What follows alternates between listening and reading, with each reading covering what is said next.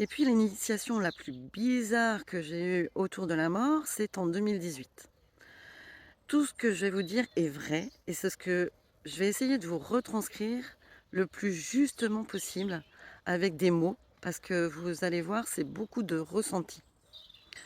En 2018, j'en reparlerai je pense dans d'autres initiations, je viens juste de quitter mon boulot et j'ai du temps. Je suis dans une période où j'ai du temps, je cherche mes formations pour ouvrir mon futur cabinet, nos états d'âme. Donc je quitte mon emploi précédent en février. Au mois d'avril, un, un matin, plutôt au petit matin, je sens une énergie m'envahir.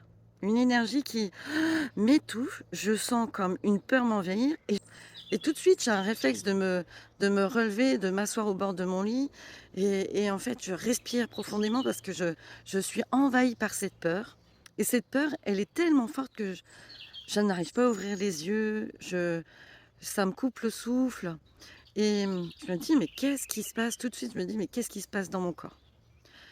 Qu'est-ce qui se passe?» Je sens que c'est pas ma peur, que c'est pas moi, que ça vient pas de moi, mais voilà, ça je peux pas contrôler. Alors voilà, je peux pas contrôler mon corps et une fois que je respire avec la bouche, je souffle, au bout de 5 minutes, ça passe.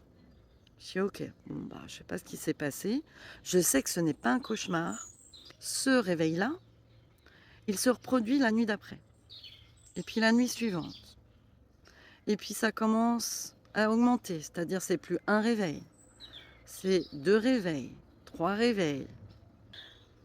Donc ces réveils-là, où je contrôle pas, où je me sens aussi claustrophobe, c'est-à-dire que parfois j'ai cette envie d'ouvrir la porte, d'ouvrir la fenêtre parce que je me sens claustrophobe sur terre. Quelque chose de très puissant. Donc ça commence un peu gentiment et puis au bout d'un mois, j'en suis déjà peut-être à 3 ou 4 réveils par, nuit et puis au bout de 2 mois, bah, c'est pareil, toujours 3, 4 réveils et je commence à questionner mes guides. J'ai pas de réponse. Je sens que c'est une initiation. Alors je dis: «Tiens, il me restait, des somnifères, quelques somnifères de mon burn-out de 2016 qui étaient encore viables. Je vais essayer. Ça ne changeait rien du tout. Je faisais des réveils tout pareils. Donc j'essayais d'observer. Mais je sentais qu'à chaque fois, c'était la peur. Je m'assois, je me sens claustrophobe, j'arrive pas à ouvrir les yeux, je respire, je respire, je respire, ça passe. J'observais, je sentais quand l'énergie, elle venait, ça fourmillait en moi. Ça commençait par des fourmillements et hop, ça m'envahissait. Donc expérience, tout est vrai, hein, tout ce que je dis, c'est vrai. Et puis, le temps passe, je commence ma formation à Dargères et puis, bah, je rencontre, des profs, je veux dire des profs, hem, qui, bah, qui parlent de spiritualité. Donc je commence à en parler, rien du tout. J'avais fait un stage chez Arnaud Rioux, j'en parle aussi par mail, rien du tout. Je prends, connaissance d'un organisme qui recense tout ce qui est un peu paranormal et cetera, CIRCE.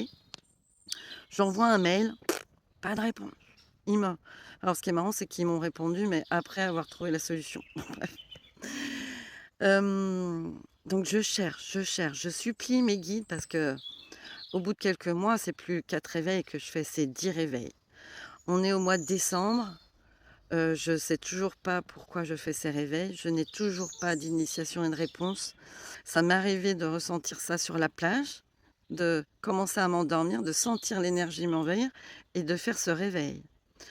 Et même, parfois ça m'arrivait de me mettre debout parce que ce sentiment de claustrophobie m'envahissait et de tomber, de perdre l'équilibre et de tomber tellement l'énergie était forte. Donc à quel point je contrôlais plus rien dans mon corps. Et puis, pendant les vacances de Noël, je me dis: «Mais non, il faut que je trouve un chaman, une chamane, il faut que je trouve quelqu'un, qui, m'accompagne, là-dedans». Et pour moi, c'était pas le médecin. Mon mon mari, Manu, il me disait: «Mais va voir un médecin». Je dis: «Mais non, je sens que ça sert à rien. C'est pas ça dont j'ai besoin». Et je regarde sur internet, je me dis: «Bah, je vais voir, hein, là, à cette époque, on a internet, autant l'utiliser».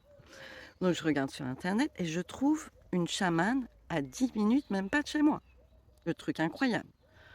Et là, tout de suite, je prends rendez-vous. Je l'appelle, elle me dit: «Dans un mois». Il y avait un mois d'attente. Je dis: «OK, on se voit au mois de janvier, pas de souci, fin janvier, on se voit». Et donc j'y vais. Pendant ce temps-là, j'ai toujours autant de réveils. C'est, c'est même, c'est même invivable. Je dors plus la nuit, je tiens quand même la journée, mais je me sens, épuisée de cette expérience et je sens qu'il faut que ça arrive au bout. Et même, il y a un moment donné, je me dis: «Mais si jamais ça ne passe pas», j'ai dit: «Non, c'est pas possible». Et là, je vais voir cette chamane fin janvier. Je prends mon mal en patience, comme on dit. Je vais chez elle. On prend le temps, c'est 2 heures, hein, et donc on échange pendant un temps. Elle me dit: «OK, je vais te faire un soin. Allonge-toi sur la table». Donc elle me fait un soin et elle m'installe des pierres et là, je sens qu'il y a des larmes, ça travaille. Elle règle, elle réajuste, elle nettoie et cetera. Elle m'enlève plein de choses et je lui dis: «Bah, OK, on verra bien». Elle me dit en sortant, elle me dit: «Il faudra peut-être une deuxième séance quand même». Je dis: «Bah, écoute, je te dis ça, je te rappelle s'il y a besoin». Premier soir, bah, les rêves, c'est pas des rêves, les réveils continuent. Je dis: «Bon, bah, on va voir comment ça évolue» et puis ça continue, toujours autant de réveils. Je dis: «Non, ça passe pas». Une semaine après, je rappelle, la chamane. Je dis: «Non, mais là, il va falloir qu'on se revoie». Donc on reprend rendez-vous, toujours un mois après, donc là, c'était au mois de mars. Mi-mars, quelque chose comme ça, ou fin mars, on se revoit et là, elle me dit: «Bon, OK, allez, dis-moi, on reprend le truc, dis-moi, ton nom, ton prénom, ta date de naissance, ton adresse». Donc elle note tout ça, puis elle prend le temps de recevoir, elle me dit: «Mais c'est bizarre, tu habites au 38, mais moi j'ai un truc au 32». Je dis: «Ah bon? Bah, 32, OK, bah, c'est une maison qui est en travaux, hein, ils sont en train de tout refaire, voilà». Je lui explique. Elle me dit: «Mais en fait», elle me dit: «Il y a une âme qui vient te voir. Elle est morte en couches en 1700 et quelques et en fait, elle vient te voir et là, elle prend le temps, elle me dit: «Mais», elle me regarde, elle me dit: «Mais tu es passeuse d'âme?» Ah, je la regarde, je suis: «OK, bon, bah, peut-être, hein». Moi, avec la mort, j'ai déjà des expériences, donc pourquoi pas? Et elle me raconte l'histoire. Alors cette jeune femme, elle est morte en couches dans une maison qui existait, à l'époque et elle me dit, là, elle est perturbée parce qu'ils ont dû, bouger des pierres qui appartenaient à cette maison. Elle a très peur, elle se sent pas bien, elle a plus ses repères et elle vient te voir. Donc elle me dit: «Bah, je vais t'accompagner. Je t'invite à visualiser une colonne de lumière» et puis elle m'explique qu'elle, pour, accompagner les âmes, elle a une barque qui apparaît et qui transporte les âmes. Et puis moi, tout de suite, je vois la colonne de lumière, mais c'est pas une barque qui apparaît, c'est un, c'est un ascenseur qui apparaît. Un ascenseur rouge et doré. Ouais, j'ai la précision quand même. Et à l'intérieur de cet ascenseur, j'ai mon guide amérindien que j'avais déjà vu, mais je vous en reparlerai lors d'une autre initiation. Et je parle à cette âme, je lui dis: «OK, maintenant il est temps de remonter». Moi, je sens que l'ascenseur monte et c'est OK. Premier soir, bon, bah, je fais encore des réveils, mais je trouve que j'en fais peut-être un peu moins.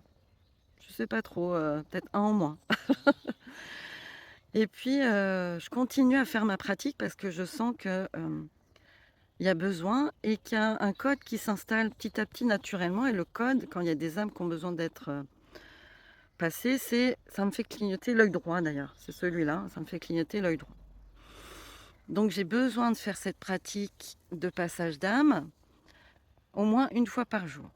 Et puis, 3 jours après, je sens qu'il fait beau dehors, ça m'appelle, j'ai besoin de m'asseoir en méditation et là, il se passe quelque chose, je sens que quelque chose de lourd sur ma tête, quasiment immédiatement et je vois des choses qui filent, qui part et mais ça part dans tous les sens et ça dure, je perds la notion du temps. Ça dure 10 minutes, un quart d'heure, 20 minutes, je ne sais même pas combien de temps ça a duré, mais je sentais ce truc comme si j'avais un casque hyper lourd sur la tête et je sentais que ça partait. Juste après, j'envoie un message, un SMS à ma chamane et je lui ai dit: «Mais là, il s'est passé un truc de dingue», comme si je sentais qu'il y en avait plein qui étaient en attente de ces âmes et qu'elles sont passées. Elle me dit: «Ah oui, il me semble que j'avais senti ça aussi lors de notre séance». J'ai dit: «Ah oui, OK». Après ça, j'ai dû faire ça commençait vraiment à baisser, hein. Là, je suis passée à 3 réveils, je pense, par nuit et puis j'ai continué encore tous les jours et donc c'est marrant parce que je me rappelle très bien, on est le 6 avril, la veille de la nouvelle lune et cette veille de nouvelle lune ou le soir de nouvelle lune, je ne fais pas de réveil et c'est la première fois depuis 1 an que je dors paisiblement une nuit complète et ce qui est marrant, c'est qu'après ça, donc j'ai continué, j'ai mis un écriteau à côté de mon ascenseur en disant: «Mais la nuit, c'est fait pour dormir, donc merci de respecter le rythme humain et de ne pas me déranger pendant ma nuit». Parce que j'étais tellement contente de dormir que je ne voulais plus qu'on me dérange la nuit. J'étais prête à passer les âmes à tout moment, mais pas dans cette condition. Et ce qui est marrant, c'est que j'ai oublié aussi de vous dire, c'est qu'entre les 2 séances mes 2 séances de chamanisme, j'ai un matin, ouais, c'était puissant ça aussi, un matin, je sens cette énergie m'envahir et tout de suite je m'assois et là, j'étais à moitié réveillée, je vois en fait, comme si elle existait, une lumière, une boule de lumière blanche qui vient à moi et qui me projette, mais mon corps, hein, et qui me projette sur le lit. Et là, je pars en convulsion, mais je pars en convulsion consciente. C'est En fait, je vois que mon corps ne contrôle plus rien, qu'il est en surcharge d'énergie, que je vois mes yeux sont ouverts, je vois le plafond et je me dis: «OK, mais c'est comme si, j'étais dans un tunnel, donc un peu en recul» et heu et en fait, après ça, je reprends mes esprits, j'arrive à bouger, mais j'arrive pas à parler ou je parle, un peu comme ça, voilà, j'arrive pas à articuler, à remettre de l'énergie. J'arrive pas à remettre d'énergie, dans mon articulation et dans mon corps et donc perte de contrôle. Manu appelle les pompiers, je pars aux urgences et là donc j'explique au médecin, je dis: «Mais alors là, j'ai fait des convulsions conscientes, j'étais consciente tout du long». Je dis: «Mais d'habitude, les convulsions, est-ce qu'on est conscient?» Il me dit: «Non, d'habitude on perd conscience». Je dis: «Mais c'est pas normal parce que là j'étais consciente tout du long», je lui dis, hein. Moi j'étais consciente tout du long, c'était et en fait il s'est pas plus intéressé à ce phénomène et ce que j'ai ressenti ici dans cette, c'est qu'il cherchait à sortir de mon corps, à ce que je sois dans l'astral, mais je suis un signe de terre Capricorne, je suis tellement ancrée que c'est compliqué de partir dans l'astral, comme ça entièrement. Je pars par la pensée, mais pas par, le corps astral. Pour le moment, bientôt peut-être. Parfois on contrôle pas, hein, et moi je sais que j'ai beaucoup d'initiations parce que je me laisse porter et que je je suis OK pour faire des expériences dans le corps. C'est mon chemin de vie 5 en numérologie qui fait que je fais des expériences dans le corps. J'ai fait beaucoup d'expériences, je me rends compte maintenant en faisant le point que j'ai fait énormément d'expériences par le corps, mais pas que, aussi dans le collectif, bon bref, je vous raconterai ça. Allez, bonne expérience à vous, à bientôt.